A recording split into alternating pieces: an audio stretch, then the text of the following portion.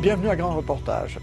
C'est vrai dans le temps des fêtes, mais c'est vrai toute l'année. Nous aimons manger du chocolat. Si nos enfants apprécient son goût sucré, le chocolat a plutôt un goût amer pour les enfants africains. En dépit du protocole signé en 2001 par les chocolatiers internationaux, en effet, le travail forcé des enfants persiste dans l'industrie du cacao. La Côte d'Ivoire, qui traverse une crise politique en ce moment, utilise des enfants des pays limitrophes comme esclaves et certains d'entre eux sont même victimes du trafic d'êtres humains. Un journaliste danois a pris beaucoup de risques en voulant remonter la filière du chocolat, une industrie prospère. Tout le monde aime le chocolat. Il s'en consomme 3 millions de tonnes par année, dont la moitié en Europe. Mais cet engouement pour le chocolat a un goût amer.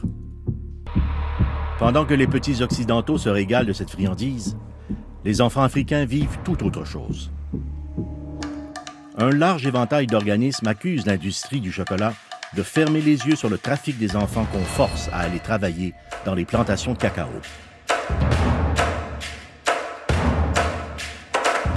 Nous avons décidé d'enquêter sur le bien-fondé de ces allégations. Mais la recherche de la vérité n'étant pas toujours sans risque, nous enquêterons sous de fausses identités et filmerons avec des caméras cachées. Est-il vrai que de jeunes enfants travaillent comme esclaves dans l'industrie du chocolat?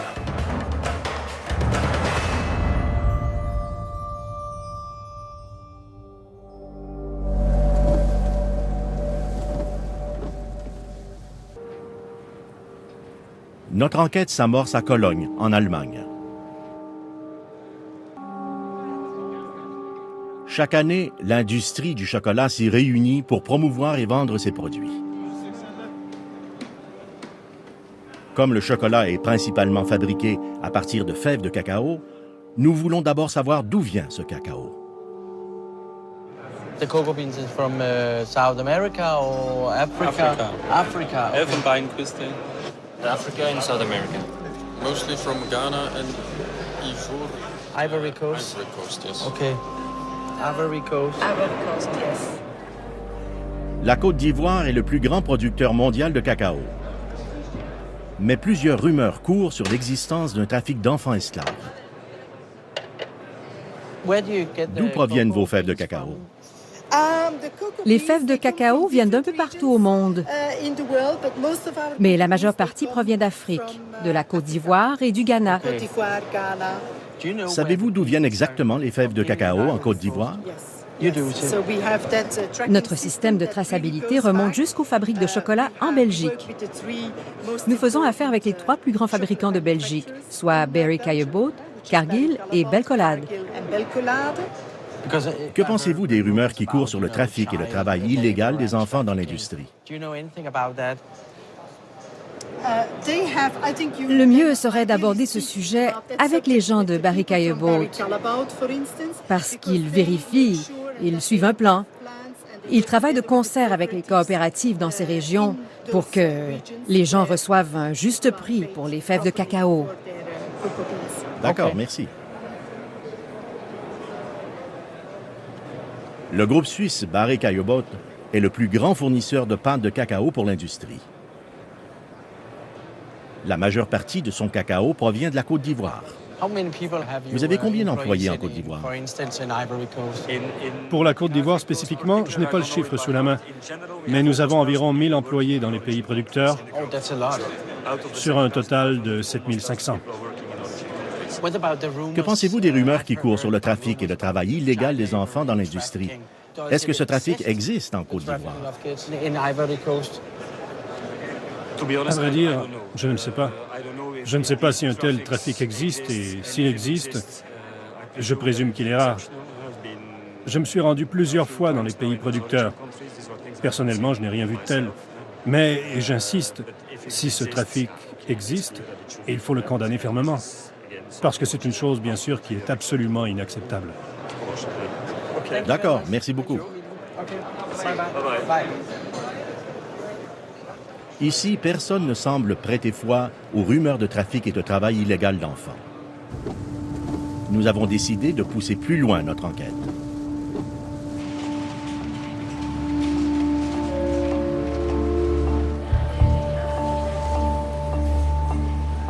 Nous nous dirigeons vers l'Afrique de l'Ouest, Notre première escale est le Mali. On dit que des enfants seraient introduits clandestinement du Mali en Côte d'Ivoire pour aller travailler dans les plantations de cacao. C'est ce qu'on appelle le trafic d'enfants.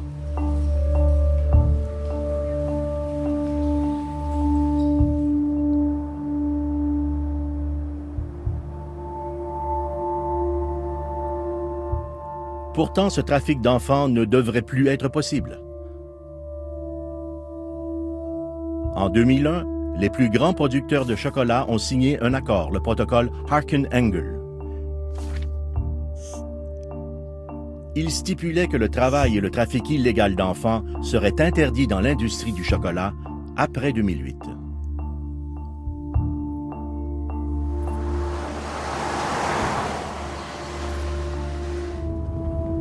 Nous venons d'arriver au Mali, un des pays les plus pauvres au monde. Un pays qui n'a pratiquement rien à exporter.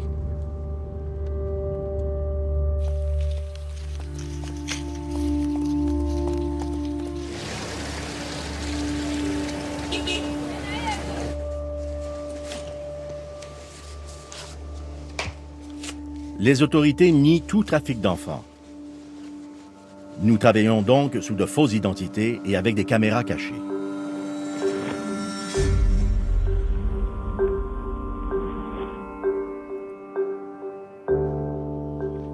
Un résident a accepté d'être notre complice. Il s'appelle Youchaou Traoré. Il dirige une école privée et un petit hôpital dédié aux enfants les plus pauvres.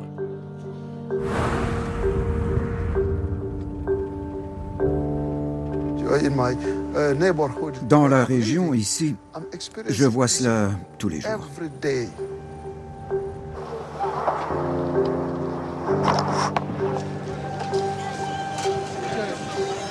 Youchaou nous conduit à Sikasso, dans le sud du Mali.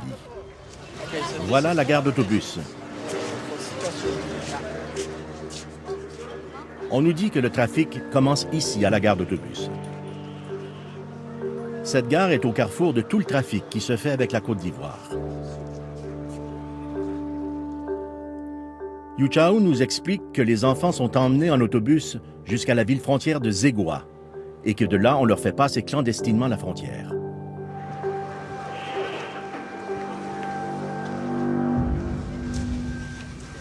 Pour mieux comprendre comment tout cela fonctionne, nous cognons à la porte du syndicat des chauffeurs d'autobus de la ville.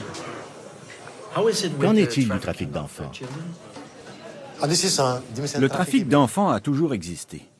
Toujours. Il y a constamment des enfants qui partent de la gare d'autobus. Les enfants se rendent en Côte d'Ivoire. Ils sont âgés de 12 et 14 ans. Les filles ont 11 et 12 ans. Depuis 2003, Idrissa Kanté tente de mettre un frein au trafic d'enfants. Il nous indique le nombre d'enfants qu'il a sauvés du trafic au fil des ans. En 2006, j'ai intercepté 132 enfants destinés au trafic. 97 étaient des garçons et 35 des filles.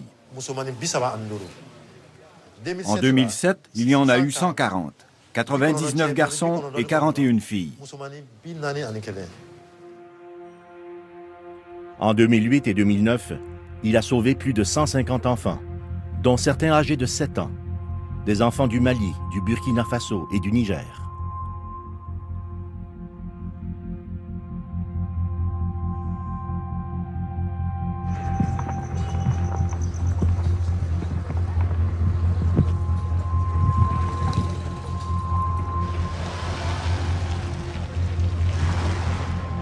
Nous rendons visite au directeur local de l'Association des compagnies d'autobus. Comme il ne veut pas nous rencontrer à visage découvert, nous avons recours à une caméra cachée. Les trafiquants emmènent 10 à 15 enfants à la fois par autobus jusqu'à Korogo, en Côte d'Ivoire, dans un endroit où ils gardent les enfants avant de les vendre à des fermiers. Les enfants qu'on trafique viennent en général des régions voisines. Les trafiquants les emmènent par autobus jusqu'à la frontière. Puis, ils se servent de moto-taxi pour leur faire passer la frontière par une petite route. Tandis que nous parlons, un homme s'approche brusquement.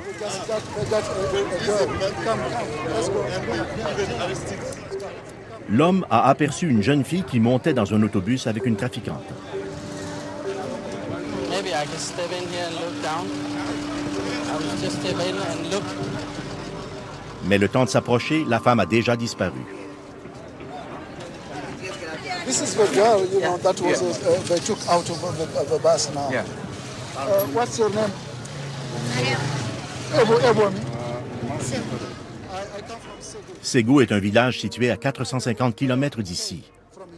But why is she here? Musoi, aye mufe kibita musro Côte d'Ivoire.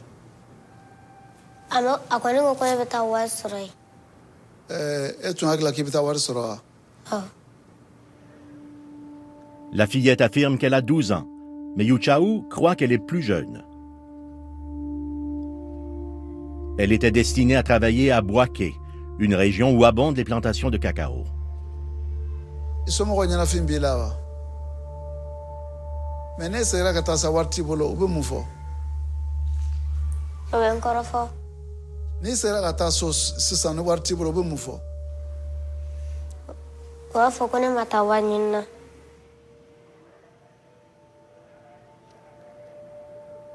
Tara yeno ubebe mugoka ki neni ki bugo dobi kuntige o de beno ubo no ya ka ko bita wado to wada mare ubita be san chama ke baraka fuso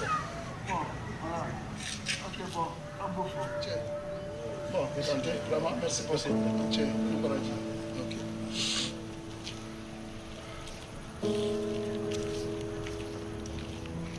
La jeune fille est maintenant prise en charge par les services sociaux qui vont voir à la ramener chez elle.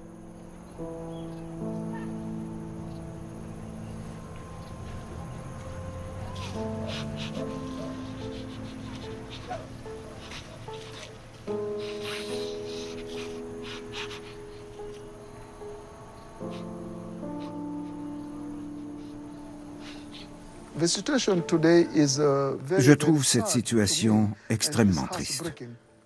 Ça me brise le cœur. Ce n'est pas la première fois que je vis une situation semblable, ça arrive constamment. Ça me rend très malheureux et ça me fait pleurer.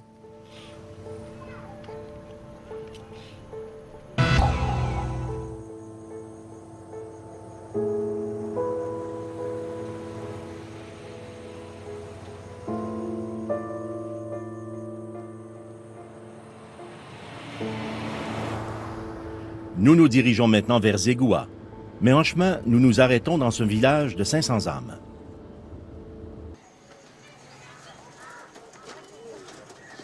De nombreux enfants ont disparu après être tombés dans les griffes des trafiquants.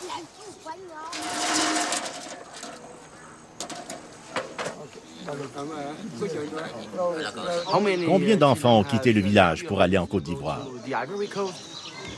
130 enfants jusqu'à maintenant.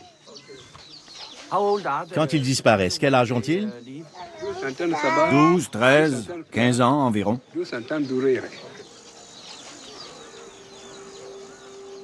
Il rencontre un chauffeur sur la route et s'il peut les emmener, il le fait. Les propriétaires de plantations viennent souvent au marché du village et ils partent avec des enfants sans le dire aux parents.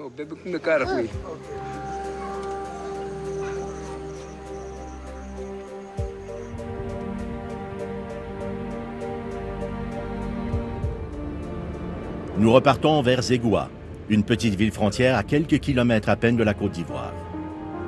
Comme couverture, nous disons que nous travaillons pour une association humanitaire. Nous avons rendez-vous avec un restaurateur local qui a été témoin de trafic d'enfants. Est-ce que ce trafic se fait tous les jours?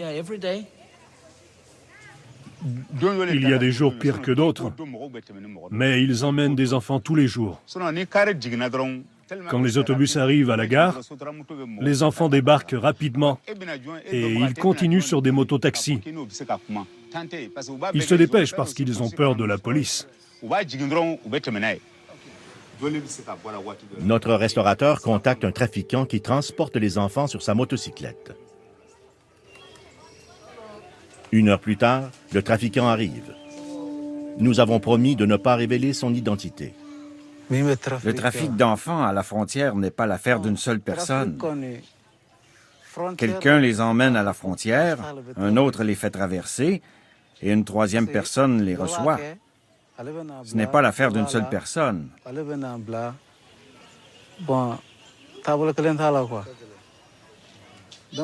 À la frontière, ceux qui disent qu'ils ne font pas de trafic d'enfants, ce sont des menteurs. Les propriétaires de plantations nous paient pour faire passer les enfants. J'en ai fait traverser plusieurs.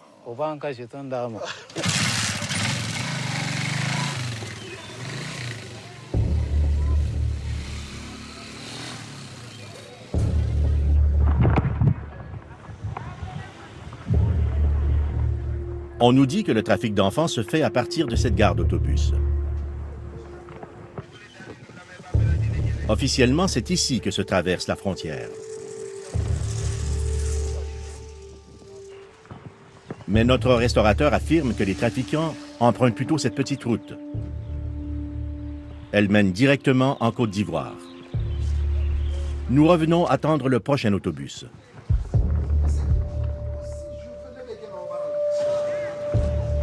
Quelques heures plus tard, un bus arrive de Sikasso.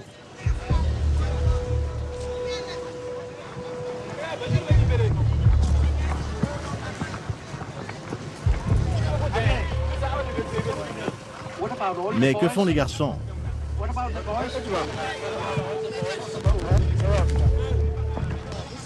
Dans l'agitation provoquée par l'arrivée du bus, les enfants s'éloignent et sont entourés par les trafiquants en motocyclette.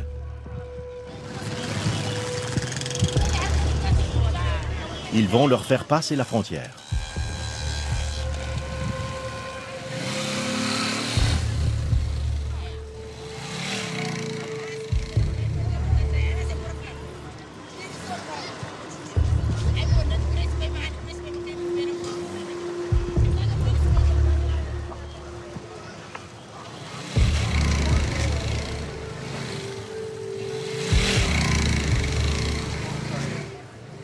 Okay, we're taking motorbike right Yes, now. yes. Okay. You need money here? Oui, trouvez-moi une moto, chose. Quick.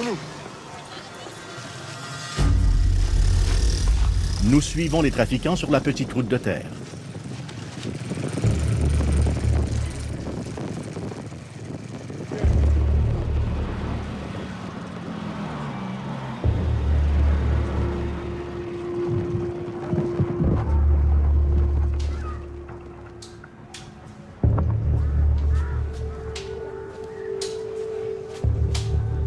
Un peu plus tard, nous apercevons un garçon qu'un trafiquant vient de faire passer.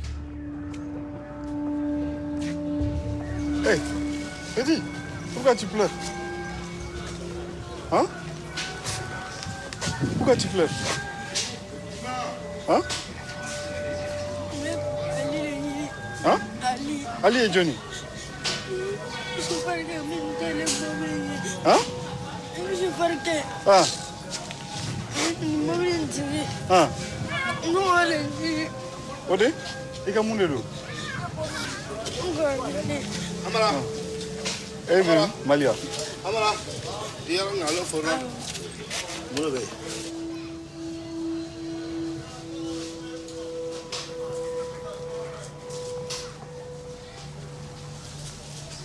Le garçon sera bientôt emmené plus au sud.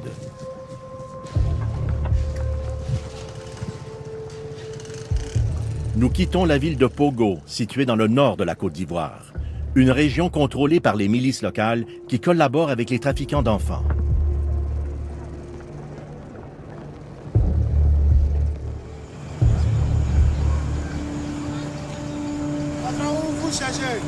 I think we should drive. Let's go. Let's go. Notre présence dans la ville commence à faire jaser. S'intéresser de trop près à l'industrie du cacao peut être dangereux. Le 16 avril 2004, le journaliste franco-canadien Guy-André Kieffer a été kidnappé dans le stationnement d'un supermarché en Côte d'Ivoire. Il enquêtait sur des détournements de fonds et du blanchiment d'argent dans la filière cacao impliquant des membres du gouvernement ivoirien. Il n'a jamais été retrouvé. L'affaire n'est toujours pas résolue.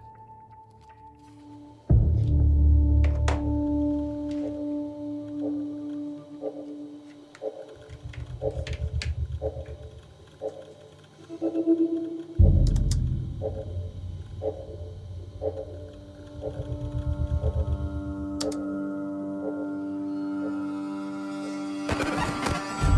now it's recording. Nous quittons Youchaou Traoré et organisons le voyage de nos nouveaux complices en Côte d'Ivoire. Just use it like this.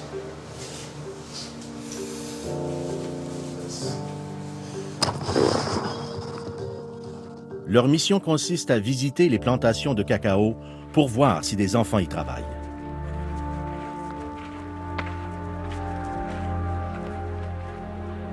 Alors qu'ils traversent la frontière, nous prenons l'avion pour Abidjan, la capitale du cacao dans le sud du pays.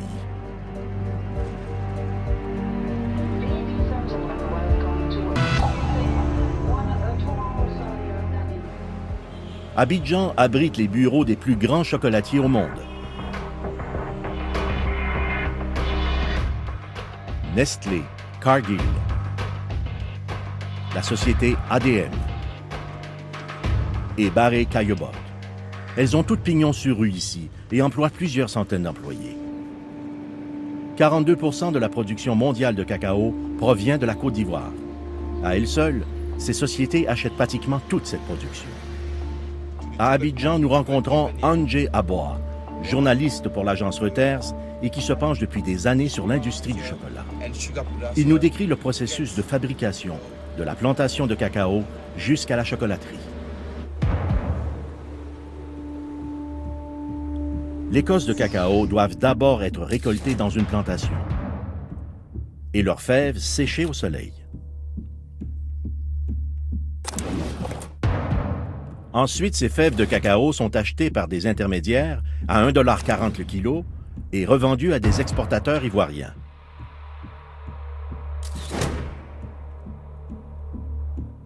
Les fèves sont alors lavées, empaquetées et vendues. Elles valent maintenant 3,50 $ le kilo. À la bourse, le cacao est vendu aux sociétés chocolatières. Elles en font de la poudre ou du beurre de cacao pour fabriquer leur chocolat. 1 kilo de cacao payé 1,40 $ à la ferme produit 40 tablettes de chocolat.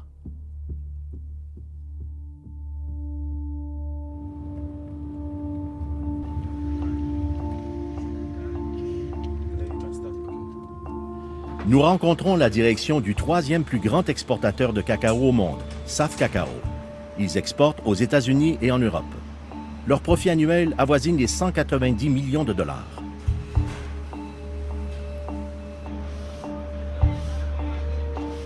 Ces poches de cacao proviennent d'un entrepôt régional. Ce cacao sera ensuite acheté par Nestlé ou une autre société similaire.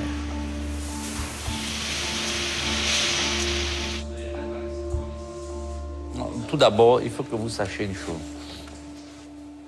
Moi, personnellement, je suis né dans le cacao.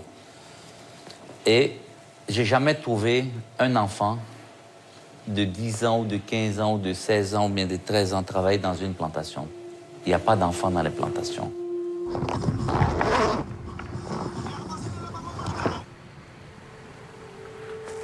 Nos détectives clandestins ont rejoint une plantation de cacao du nord de la Côte d'Ivoire.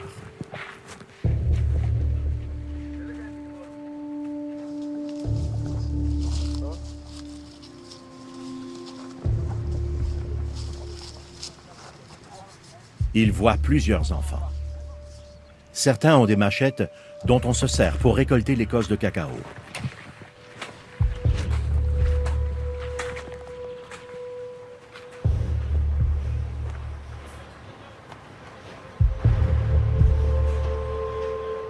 Je peux rassurer le monde entier, c'est pas seulement l'Amérique ou l'Europe, qu'aujourd'hui la Côte d'Ivoire est un pays où il n'y a pas des enfants esclaves dans les plantations, il n'y a pas des enfants qui travaillent dans les plantations. On a vérifié, on a mis des comités en place pour suivre et jusqu'à aujourd'hui, on n'a pas eu un seul rapport qui nous dit qu'il y a des enfants esclaves. Et même dans les frontières, D'après vous, il n'y a donc pas d'enfants du Mali et du Burkina Faso qui sont envoyés illégalement en Côte d'Ivoire pour travailler dans les plantations de cacao? Non. Nous sommes premiers producteurs de cacao.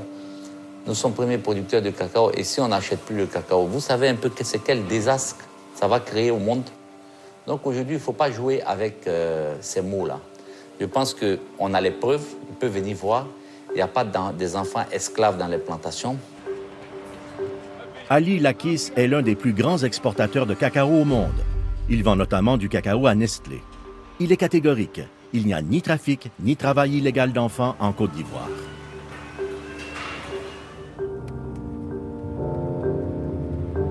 Nous retournons à Abidjan. Notre enquête a attiré l'attention des hautes sphères du gouvernement ivoirien. Nous sommes invités à rencontrer le grand responsable de la lutte contre le trafic d'enfants.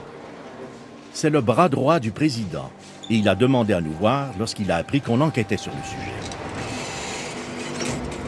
Bonjour, enchanté. Qu'est-ce que vous faites ici exactement? Un documentaire sur le cacao et sur ses problèmes. Quel problème? Lequel? Et quel problème? Celui des enfants, bien sûr. Le travail des enfants. Vous êtes sûrement au fait du problème. Ce n'est pas un problème. Nous savons ce qui se passe et nous savons comment le régler. Ce n'est donc plus un problème. Allons nous asseoir dans mon bureau. Monsieur. Bon, nous sommes venus ici. Je suis allé dans le nord de la Côte d'Ivoire, près de la frontière, à Zégua. Là-bas, les trafiquants font traverser les enfants par des chemins détournés. Écoutez, entre vous et moi, la récolte de cacao commence en octobre et se termine en mars. Si vous voyez des gens là-bas en juillet, septembre ou octobre, ce n'est pas pour le cacao. Il n'y a pas de cacao à cette époque, donc il n'y a pas de travail dans les plantations. Il y a des gens, voyez-vous, des étrangers qui viennent ici en Côte d'Ivoire en vacances. La Côte d'Ivoire est une destination touristique.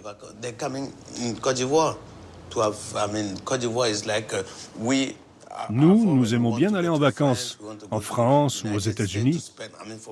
Eux, ils viennent passer leurs vacances ici. Quand vous voyez un autobus rempli de 20 jeunes, vous pensez qu'ils s'en vont travailler dans les plantations. Mais de juillet à septembre, il n'y a pas de travail. Il n'y a rien à faire. Et en avril? En avril, c'est différent. Ce que j'ai vu, c'était en avril. C'est une chose que nous combattons en avril. Bien sûr, il y a des gens qui vont essayer d'aller travailler. Mais ce qu'il faut comprendre, c'est que même si les gens essaient d'y aller, c'est illégal. C'est contre la loi. Le trafic, le travail des enfants, ça va à l'encontre de la loi en Côte d'Ivoire. C'est illégal.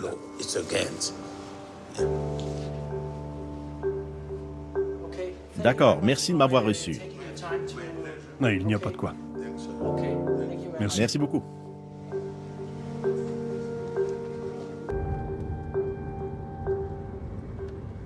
Nous décidons d'aller nous-mêmes visiter une plantation afin de voir s'il est vrai qu'aucun enfant n'y travaille. Nous en avons choisi une au hasard, dans une région où la société SAF Cacao s'approvisionne. So they work there? Yes. The kids? Yes.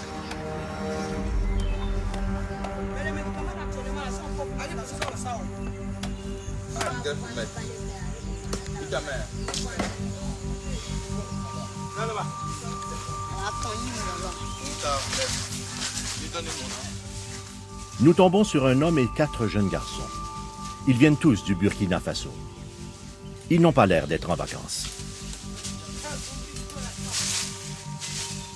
L'ouvrier agricole nous dit que les enfants sont âgés de 10 à 12 ans. Aucun ne va à l'école et ne parle la langue du pays.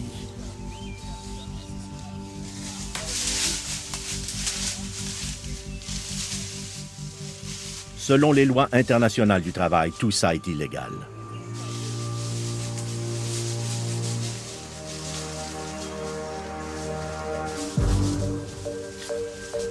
Nous visitons une autre plantation. Il y a beaucoup d'enfants ici.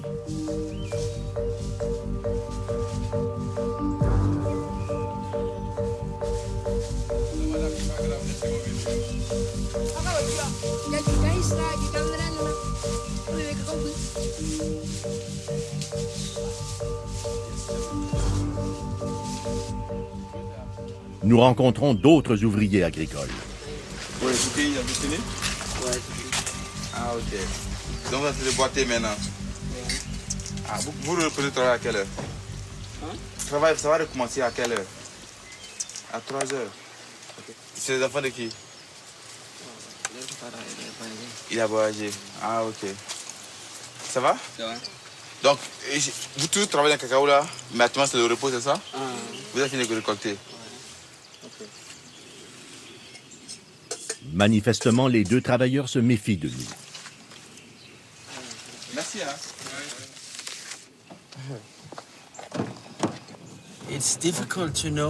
Difficile de savoir s'ils disent la vérité. Certains d'entre eux semblent en savoir beaucoup sur le travail fait par des enfants. En ce moment, le sujet est d'actualité. Quand ils voient quelqu'un avec des hommes blancs qui posent des questions, ils deviennent très prudents. Je pourrais me servir de la petite caméra. Nous avons de nouveau recours à notre caméra cachée. Peut-être que les réponses ne seront pas les mêmes.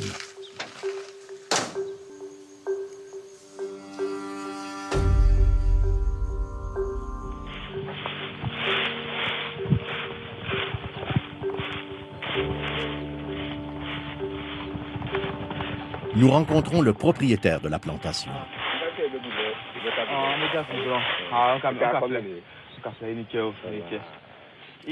Il est du Burkina Faso. Demande-lui si on veut avoir des enfants pour venir travailler dans notre plantation ici. Qu'est-ce qu'on doit faire? Allez, terre. Il faut qu'on ait beau temps. Même qu'à créer, qu'on ait mon affaire, ça va arrêter à faire. Il est tout à fait allé. Mais il y a bien à quoi faire. C'est combien? Si on doit faire venir quelqu'un là, au Burkina venir travailler, combien?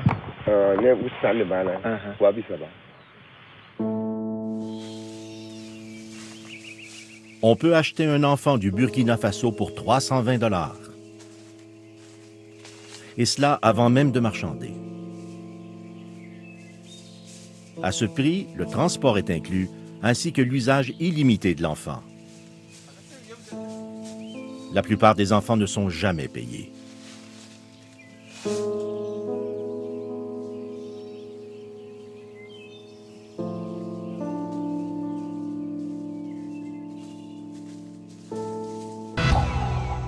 Les enfants réussissent parfois à s'enfuir des plantations. Nous rencontrons deux garçons originaires du Mali. Ils ont travaillé comme esclaves dans une plantation de Côte d'Ivoire. Vouliez-vous aller travailler dans une plantation de cacao? Non, le trafiquant nous a menti pour qu'on le suive. Si on travaille lentement ou si on refuse de travailler, on se fait battre. Il y avait beaucoup d'enfants. On a tous essayé de s'enfuir. Les propriétaires de la plantation nous ont poursuivis. On s'est cachés toute la nuit. Le lendemain, un homme nous a trouvés et nous a aidés à rentrer chez nous.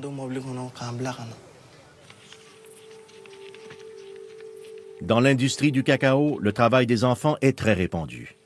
Et cela en dépit du protocole signé en 2001 par les chocolatiers internationaux stipulant le contraire. Maintenant, nous voulons contacter les grands chocolatiers qui achètent leur cacao ici. Que font-ils pour éliminer le travail des enfants dans leur industrie?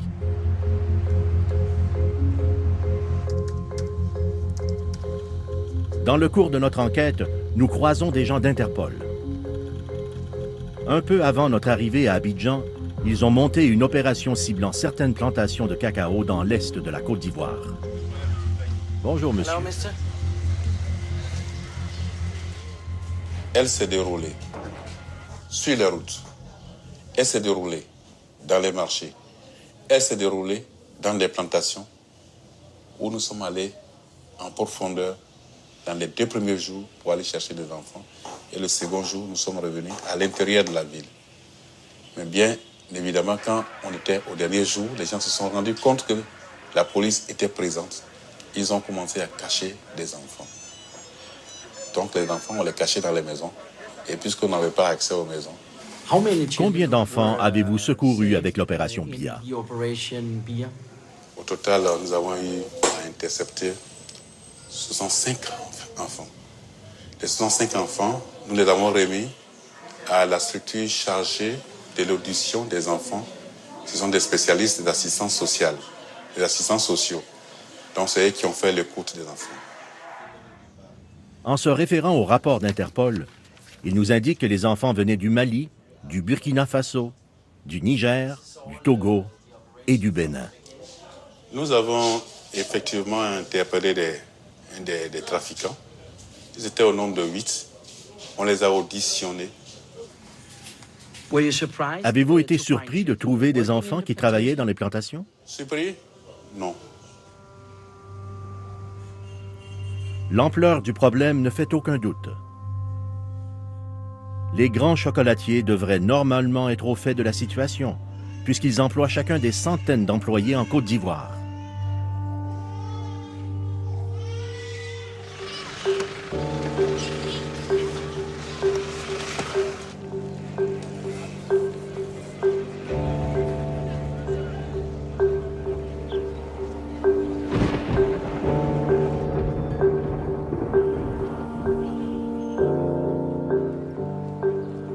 Avec ces nouvelles informations fournies par Interpol, nous retournons à la SAF Cacao confronter son propriétaire. La dernière fois, vous m'avez dit que le travail d'enfants n'existait pas dans les plantations de cacao. Sauf qu'Interpol vient de rescaper 65 enfants lors d'une opération. Qu'en pensez-vous? C'est médiatisé, c'est la catastrophe. L'État de Côte d'Ivoire, même les journaux en parlent, la télévision en parle, aux infos. Oui, on a trouvé un enfant dans une plantation, 5 enfants, et le gars, il est conduit directement en prison. Donc vous conviendrez avec moi que l'État est en train de mener cette campagne de lutte contre les enfants dans les plantations. Le directeur général de la SAF Cacao admet maintenant qu'il y a un problème.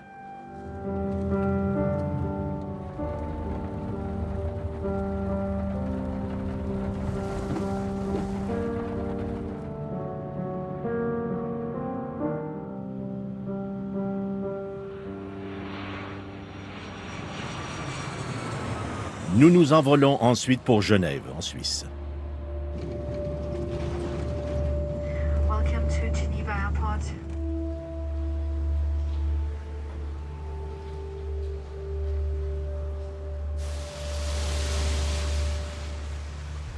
Nous voulons montrer notre film aux gens de l'OIT, l'Organisation internationale du travail, une agence de l'ONU. L'OIT combat le trafic et le travail illégal des enfants sur le plan international. L'OIT et l'industrie du chocolat ont signé le protocole Harkin-Engel en 2001, qui devait mettre fin au travail des enfants dans l'industrie du chocolat. Hello. Hello. I'm Mickey Mistracci. Frank Hageman. Yeah. Nice to meet you.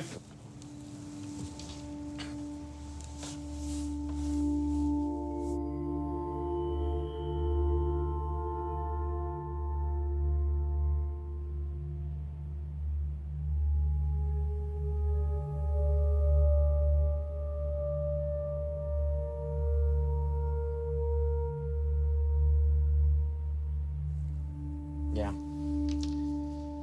Alors, How qu'en do you feel pensez-vous? about that? It's very sad. It's very sad to see, I must say. C'est malheureux de voir ça. Vraiment malheureux. You know, I personally, I've been Ça fait working, 13 ans maintenant que je travaille dans le domaine, à bâtir des programmes et à établir des politiques pour contrer le travail des enfants. Mais chaque fois qu'on tombe sur quelque chose comme ça nous rappelle brutalement la réalité. Et trop souvent, quand je vois des choses comme ça, cela provoque chez moi un sentiment d'impuissance. C'est très dangereux le travail que font les enfants dans ces plantations. Il y a bien sûr les machettes, mais ils doivent en plus porter des charges très lourdes. Ils sont souvent exposés à des pesticides. Et lorsqu'on travaille avec des pesticides, les effets nocifs peuvent prendre 20 à 30 ans avant de se déclarer. Le protocole donne-t-il des résultats, d'après vous? Nous avons quand même fait quelques progrès dans le domaine. Le problème demeure toujours une préoccupation internationale. Les gouvernements ont été sensibilisés et le problème est mieux connu. Mais concrètement, nous n'avons vu que très peu de changements. Si vous me demandiez combien d'enfants travaillent actuellement dans les plantations de cacao de Côte d'Ivoire et du Ghana, je ne serais pas en mesure de vous donner une réponse précise. Que font réellement les compagnies du chocolat pour combattre le problème? L'industrie affirme avoir consacré depuis 9 ans 8,5 millions de dollars annuellement à des programmes d'aide. En comparaison, le chiffre d'affaires de la société Nestlé a été de 17 milliards de dollars l'année dernière. Nous avons sollicité des entrevues avec toutes ces grandes sociétés. Elles ont toutes décliné et refusé de commenter notre vidéo.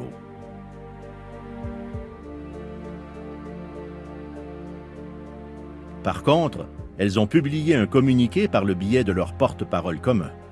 J'en cite un extrait. La grande majorité des fermes de cacao n'appartiennent pas aux sociétés qui fabriquent le chocolat ou qui les approvisionnent en cacao. Par conséquent, nous n'avons aucun contrôle direct sur les fermes de cacao et leurs pratiques de travail. En fait, l'industrie n'admet aucune responsabilité quant aux conditions de travail qui y règnent. Nous persistons tout de même. Nous allons tenter un dernier effort pour forcer Nestlé, la plus grande société agroalimentaire au monde, à voir notre vidéo. Nestlé détient 12% du marché de la confiserie et est présente en Côte d'Ivoire depuis plus de 50 ans. Il semble impossible qu'ils ne connaissent pas les problèmes reliés au trafic et au travail illégal des enfants.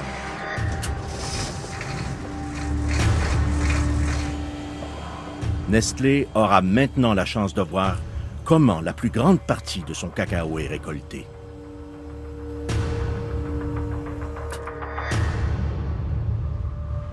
According to international labor laws, this is strictly forbidden. But it is also the opposite of what Sam Cacao and the other chocolate companies have promised the consumers. That child labor must not occur in the chocolate industry.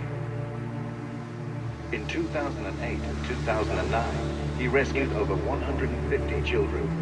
His list includes children aged 7, children from Mali, Burkina Faso, and Niger. 105 enfants, nous l'avons remis à la structure chargée de l'adoption des enfants.